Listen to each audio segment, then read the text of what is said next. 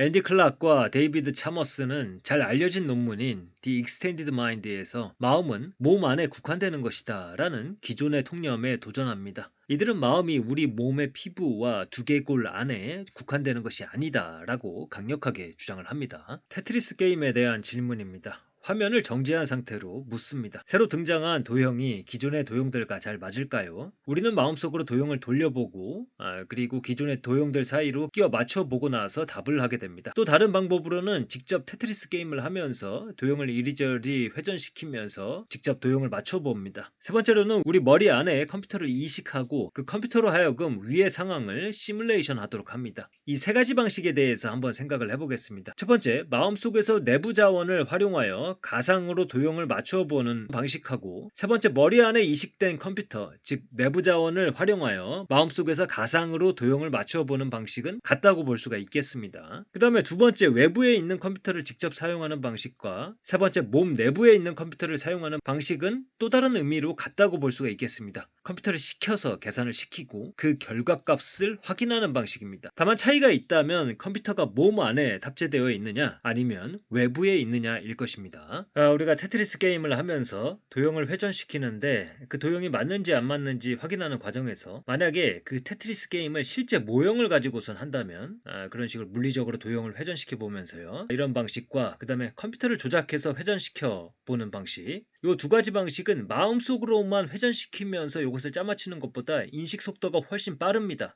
그래서 우리가 어떤 행위를 통해서 세계를 변화시키고 여기서는 도형을 회전시켜 본 것이죠. 이를 통해서 우리의 인지 과정이 더 원활하게 이루어졌다고 볼 수가 있기 때문에 이러한 행위를 인식적 행위라고 부릅니다. 다시 말해 인지 활동을 통해서 세계를 변화시키는 행위, 그 행위를 인식적 행위라고 부릅니다. 그래서 다이렉트하게 그 자체의 목적을 위해서 하는 그러한 행위가 아니라 인지를 위해서 하는 행위이다. 그래서 인지적 행위라는 용어를 사용하고 있습니다. 테트리스를 물리적으로 혹은 컴퓨터를 사용하여 회전시켜 봄으로써 우리의 인지 활동을 도울 수가 있었습니다. 그리고 실제 생활의 예로 우리는 펜으로 무언가를 써서 기억을 합니다. 테트리스 도형을 회전시킨 컴퓨터와 우리의 기억을 도운 펜과 메모장이 과연 우리의 인지에 참여하지 않는다고 말할 수 있을까요? 앞에서 행위는 인지를 도왔다 는 측면에서 인지적 행위라고 우리가 용어를 사용했지만, 그것은 달리 보면 아예 이 행위가 인지에 참여한다고도 볼 수가 있을 것입니다. 다음을 다시 한번 생각을 해보겠습니다. 우리가 스크래블 게임을 한다고 생각을 해보겠습니다.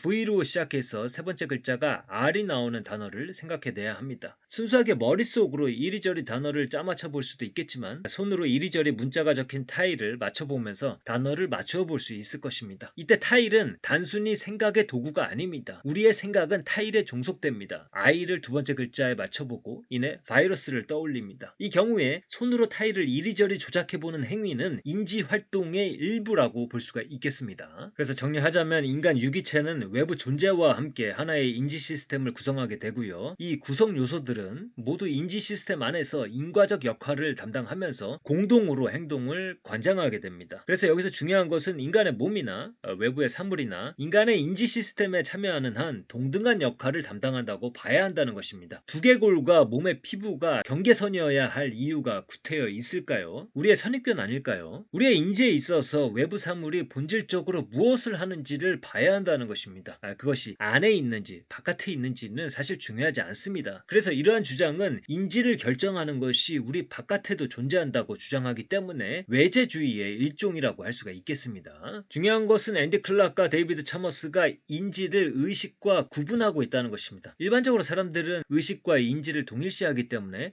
직관적으로 우리의 의식이 도구로 확장된다는 생각에 거부감을 갖고 있습니다. 하지만 이들이 주장하는 것은 인지가 확장된다는 것이지 의식이 확장된다는 이야기가 아닙니다. 우선은요. 그리고 우리 뇌 안에서 이루어지는 인지 활동은 의식의 개입 없이 이루어지는 경우가 많이 있습니다. 기억을 불러일으킨다던가 기술을 습득한다던가 하는 활동이 그러합니다. 요컨대 의식은 내재적이라 인정할 수도 있겠지만 인지마저 내적 외적으로 국한되어야 한다고 말할 수는 없다는 것입니다. 그리고 뒤에서 살펴보겠지만은 의식 또한 확장될 수 있다고 보는 것 같습니다. 이러한 주장에 대한 첫 번째 반론은 이렇습니다. 만약에 연필과 수첩을 잃어버리면 그 사람의 인지적 능력은 감소하는 것 아닌가? 반면에 두뇌는 우리가 잃어버릴 염려가 없습니다. 즉 연필과 수첩은 그저 도구일 뿐이고 우리와 연결되어 있다고 해도 그것은 임시적인 연결일 뿐입니다. 이에 대한 저자들의 답변은 다시 다음과 같습니다. 만약에 항시적으로 기억을 돕는 장치가 우리 몸에 붙어 있는 경우는 어떠한가? 이 경우 처음부터 우리 몸에 붙어 있었던 것과 무슨 차이가 있겠는가? 중요한 것은 그것을 필요로 할 때 바로 동원될 수 있도록 연결이 되어 있는가? 그것이 중요한 것입니다. 한마디로 신뢰성이죠. 그것이 바깥에 있던 안에 있던 중요한 것은 내가 그것을 필요로 할 때 그것을 동원해서 쓸 수 있는가? 아무런 조급함 없이 아무런 의심 없이 자연스럽게 그것을 동원할 수 있는가가 중요한 것입니다. 물론 일시적으로 기계가 망가질 수도 있겠죠. 그런데 인간은 안 그런가요? 술에 취했을 때, 잠에서 덜 깼을 때 우리 안에서도 연결은 희미해지고 인지 자원들을 동원하기가 힘겹게 됩니다. 마찬가지라는 것이죠. 그래서 여기까지 확장되는 인지에 대해서 설명을 드렸고요.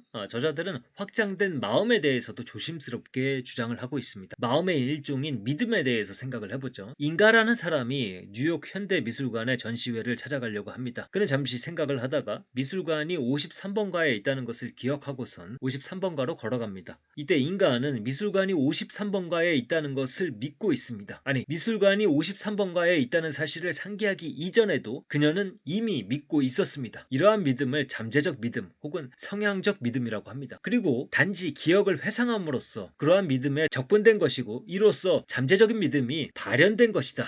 이렇게 볼 수 있겠습니다. 이번에는 알츠하이머병을 앓고 있는 오토의 사례입니다. 오토는 모든 기억을 노트에 의존합니다. 새로 얻은 기억은 노트에 기록하고 오래된 기억은 노트에서 찾아서 상기시킵니다. 기억에 관한 한 노트는 생물학적 뇌를 대신합니다. 그리고 오토 또한 전시회장을 찾아가려고 합니다. 오토는 노트를 찾아보고 미술관이 53번가에 있다는 정보를 얻고 53번가로 발걸음을 옮겨갑니다. 여기서 오토는 실제로 53번가로 걸어가는 행위를 하고 있고 지금 이 순간 미술관이 53번가에 있다는 것을 믿고 있습니다. 인가의 사례와 같습니다. 단지 차이점은 인가는 머릿속 기억을 떠올림으로써 미술관이 53번가에 있다는 것을 믿고 53번가로 걸어갔다면 오토는 노트에 있는 기록을 살펴봄으로써 미술관이 53번가에 있다는 것을 믿고 또 53번가로 실제로 걸어갔다는 것입니다. 따라서 오토 또한 인가의 경우와 마찬가지로 노트에 있는 기록을 찾아보기 전에 잠재적으로 미술관이 53번가에 있다는 것을 믿고 있었다고 봐야 한다는 것입니다. 즉, 두 경우 모두 동일한 믿음 상태입니다.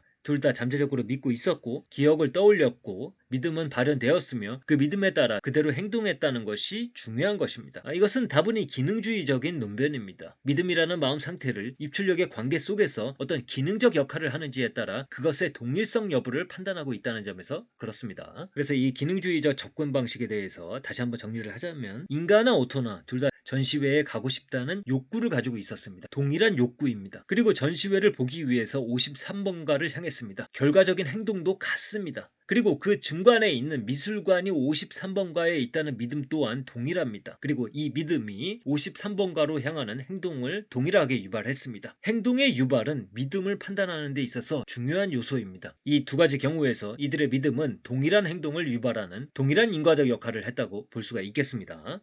그리고 이에 대해서 반론을 제기하는 사람들이 있습니다. 발현된 혹은 발생된 믿음만이 진짜 믿음이라는 주장입니다.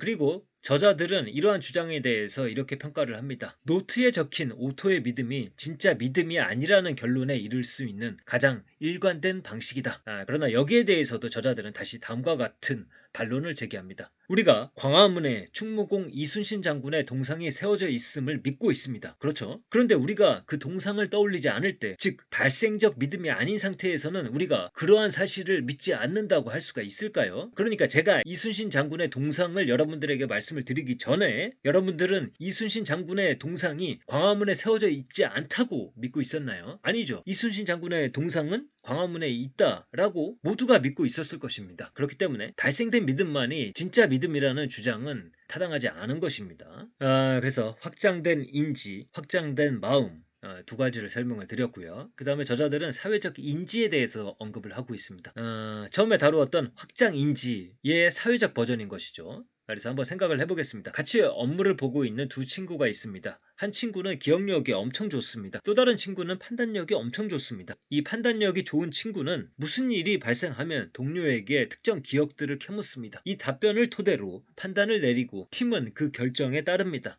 이 경우 기억력이 좋은 친구는 판단력이 좋은 친구의 인지 과정에 참여하고 있는 것일까요? 지금까지 살펴본 바에 따르면 참여하고 있다고 봐야겠습니다. 핵심은 높은 정도의 신뢰성, 의존도, 접근성입니다. 이 경우 도구는 테트리스 모형이나 노트가 아니라 말, 즉 언어입니다. 이 언어 또한 인지를 확장하는 도구로서 활용이 되고 있는 것입니다. 그 다음에 아까 확장된 마음을 다루었었는데 이 확장된 마음은 확장된 자아를 내포합니다. 이 부분은 길게 설명하지는 않고 논리적인 전개를 축약적으로 제시를 하고 있습니다. 잠재적 믿음 혹은 성향적 믿음은 우리 자아 정체성의 일부를 담당합니다. 그리고 믿음이 확장될 수 있다면 그 믿음에 기반하는 정체성도 확장될 수 있다는 논리입니다. 즉 처음에 이야기한 것처럼 생물학적 유기체와 외부 리소스가 결합되어 하나의 인지 시스템을 구축한 것처럼 여기서도 하나의 시스템으로서 자아를 구성한다고 보는 것입니다. 아까 믿음에 대한 논의에서 지금 의식에 떠오르지 않는 믿음을 믿음이 아니라고 할 수 있느냐는 질문처럼 마찬가지로 지금 발현된 믿음에 기반한 현재적 자아만을 자아로 인정한다면 잠재적 믿음, 즉 과거에 받아들인 정보들에 기반한 믿음을 제외시켜버리기 때문에 자아의 연속성은 깨져버리고 맙니다. 그래서 이러한 관점은 이제 깊은 윤리적 의미를 갖는다고 볼 수가 있겠습니다. 내가 누군가의 환경에 개입한다는 것은 그 사람의 인지, 믿음, 자아에 중대한 영향을 미치는 것입니다. 그래서 여기서도 자아도 확장될 수 있다는 것을 말씀을 드렸고요. 그 다음에 지난 시간에 살펴본 행화인지와 오늘 살펴본 확장인지의 차이점을 살펴볼 필요가 있겠는데요. 첫째로 확장인지에서는 일단 환경 혹은 도구 같은 것들에도 인지적 구조를 부여합니다. 말 그대로 몸이 확장되어서 하나의 시스템을 구성한다고 보는 것이죠. 반면에 인지를 행위로 설명하는 행화인지에서는 도구나 환경도 그 인지 과정에 참여할 수 있다고 보기는 하지만 그것들이 자체적으로 인지적 구조를 갖는다고 보지는 않습니다. 그것들은 오직 살아있는 유기체의 구성 행위를 통해서만 인지에 참여할 수 있을 뿐입니다. 다음은 이영희 교수님의 신경과학 철학에서 나오는 구절입니다. 확장인지 이론은 인간 몸의 역할을 간과하지는 않지만 환경적 요소의 인지구조 가능성을 인정하므로 상대적으로 몸의 위상을 낮게 평가한다. 반대로 행화주의는 행위의 체화성은 강조하는데 행위는 몸을 통하여 이루어지기 때문에 상대적으로 몸의 위상을 확장인지 이론에 비해 높게 평가한다. 이렇게 해서 오늘은 확장인지 진영에서 기념비적인 논문이라 할 수 있는 The Extended Mind를 살펴봤습니다. 데이비드 차머스는 이 논문을 공저하기는 했지만 의식의 본질적인 문제에 매달리면서 속성 이원론을 주장하기 때문에 확장인지 진영으로 묶이지는 않는 것 같습니다. 오직 앤디 클락만 계속 확장인지 진영에 계속 속해 있습니다. 이 논문은 굉장히 얇은 논문이거든요. 그리고 이러한 논문의 내용을 앤디 클락이 자체적으로 발전시켜서 확장하여 쓴 책이 슈퍼사이징 더 마인드라는 책이 있습니다. 참조하시면 되겠고요. 그래서 오늘은 최근에 살펴본 행화인지에 이어서 확장인지에 관한 내용을 살펴봤습니다. 그러면 오늘의 내용은 이것으로 마치도록 하겠습니다. 감사합니다.